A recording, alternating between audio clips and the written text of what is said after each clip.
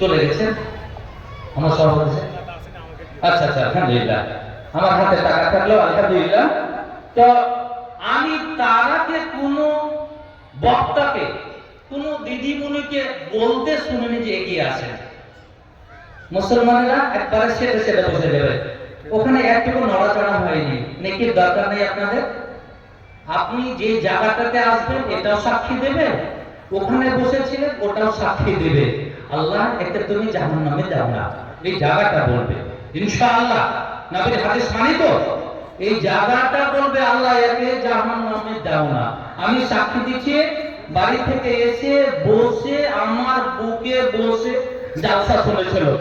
আল্লাহ মাটির কথা মেনে নেবেন আপনাকে। ওই জন্য আমি বলছিলাম একটু একটু নড়াচড়া করেন, একটু আমার দিকে আসেন। তার কারণ আলহামদুলিল্লাহ এইবার আপনাদের গোডাউনে মালদা এবং কলকাতার বিখ্যাত বক্তা গোডাউনে লোড আছে। একটা যথা সময় দেব, দেরি করবো না। আলহামদুলিল্লাহ আমার পরে আমার শেখ উস্তাদি মোকাররম হাফিজাহুল্লাহ বাদরুদ্দোজা চলে আসবেন, আর ওনাকে 10:30 থেকে 11:15 নামিয়ে দেব। আর তারপরে বাকি বিল্লাহ এই এলাকাতে আসেননি, শুনলে আপনি হয়তো পাগল হয়ে যাবেন। আলহামদুলিল্লাহ আপনি কোরআন হাদিস নিয়ে আমার শেখের কাছ থেকে কোরআন হাদিস নিয়ে ঈমান তাজা করবেন, আর বাকি বিল্লার কাছ থেকে কিছু নিয়ে মনটা খুশি করে বাড়ি যাবেন।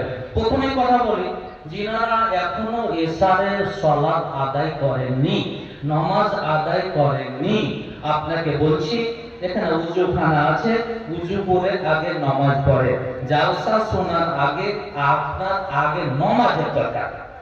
অতএব নামাজ ফরজ, জালসা শোনা ফরজ নয়। যিনারা পড়েননি আল্লাহর ওয়াস্তে এখানে উযু করে সুন্দর করে নামাজ পড়ে আপনি চলে আসুন, আর বক্তব্য আপনি শুনেন। এটা আমার দায়িত্ব বলা, আপনার করার দায়িত্ব। আলহামদুলিল্লাহ যে যেখানে আসেন একটু আসুন আল্লাহর ওয়াস্তে। ভলেন্টিয়ার্স যারা আছেন, ওই যে ভাইরা দাঁড়িয়ে আছেন, হয়তো কোনো কষ্ট, তবুও হাত ধরে একটু কাকুতি মিনতি করেন, বুঝতে পেরেছেন? তারা একটু বসার ব্যবস্থা আপনি করে দেন আল্লাহর ওয়াস্তে। নাহমাদুহু ওয়া নাস্তাঈনুহু ওয়া নাস্তাগফিরুহু ওয়া